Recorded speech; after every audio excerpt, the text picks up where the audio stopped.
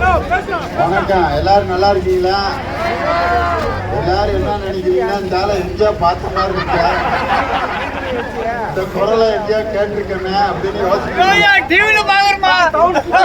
டிவியில பேசிட்டு இருக்க பட்டிமன்ற நடுவர் திண்டுக்கல் யோனி தான். ஆனா நம்ம சகோதரிகள்லாம் பாக்குறாங்க, இவரு டிவியில நடுவுல சிம்மாசனத்துல உட்காந்து நடுவரா பேசுவாரு. இங்க மார்க்கெட்ல வெங்காயம் விற்கிற ஆள் மாதிரி ஒரு லாரியில ஏறி நின்றுக்கிட்டு சின்ன வெங்காயம் கிலோ 50 ரூபா, 2 கிலோ வாங்கினா 75 ரூபான்ட்டு வித்துக்கிட்டு இருக்காரு.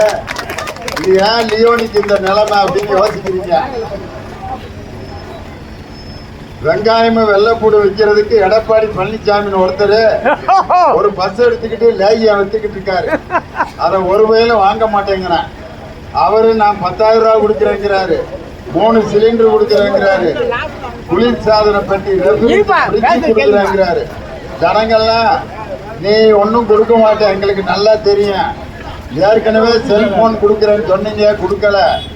முதியோருக்கு இலவச பஸ் பாஸ் கொடுக்குறேன், நீங்க கொடுக்கல. வீட்டுக்கு 20 லிட்டர் குடிநீர் கொடுக்குறேன், நீங்க அதையும் கொடுக்கல. நீங்க சொன்னது எதையுமே செய்யல. 4 வருஷத்துல உரிமை தொகைன்னு 100 ரூபாயாவது அக்கௌண்ட்ல போட்டீங்களா? ஆனா எங்க தலைவர் ஸ்டாலின் ஆட்சிக்கு வந்தோன்னா மகளிர் உரிமை தொகை 1000 ரூபா கொடுத்தது மட்டும் இல்ல, வரப்போற தேர்தலில் ஜெயிச்சு 2000 ரூபாய அந்த உரிமை தொகையை மாத்த போறார். அதை விட ரொம்ப சூப்பர் ஸ்டாரான ஒரு திட்டம் இல்லத்தரசிகள் 8000 ரூபாய் கூப்பன் திட்டம். அதுல எடப்பாடி பழனிசாமி பிரிட்ஜ் கொடுக்குறாரு. அந்த பிரிட்ஜ் ஏற்கனவே வீட்டுல வந்துச்சுன்னா அதை புதுசை நீங்க விற்கணும்.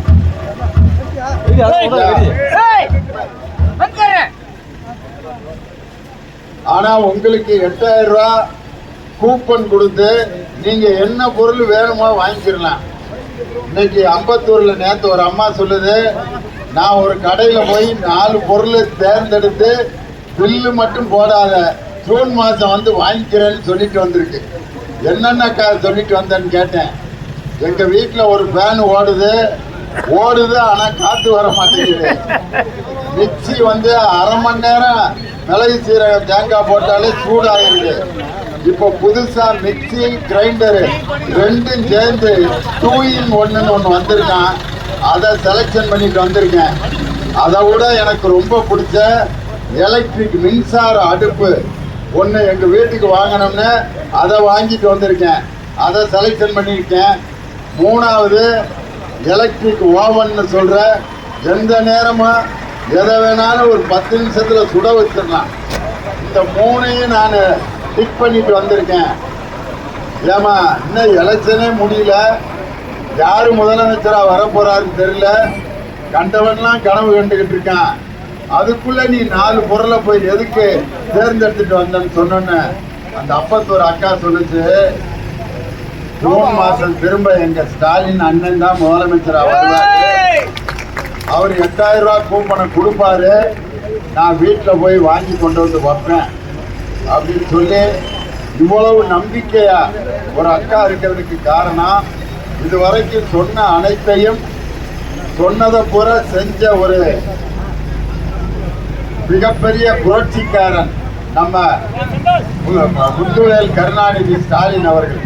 இன்னைக்கு யாருக்கு முன்னால நான் நின்று பேசிட்டு இருக்கேன்னா, என்னை போன்ற ஒடுக்கப்பட்ட சமுதாயத்திலிருந்து வந்தவர்கள் எல்லாம் இன்னைக்கு மேடையில நான் பட்டிமன்ற நடுவரா நிற்பதற்கு காரணமான சட்ட மாமேதை அம்பேத்கர் ஐயாவோட சிலைக்கு முன்னாடி நான் நின்று பேசுறது எனக்கு மாபெரும் பெருமை.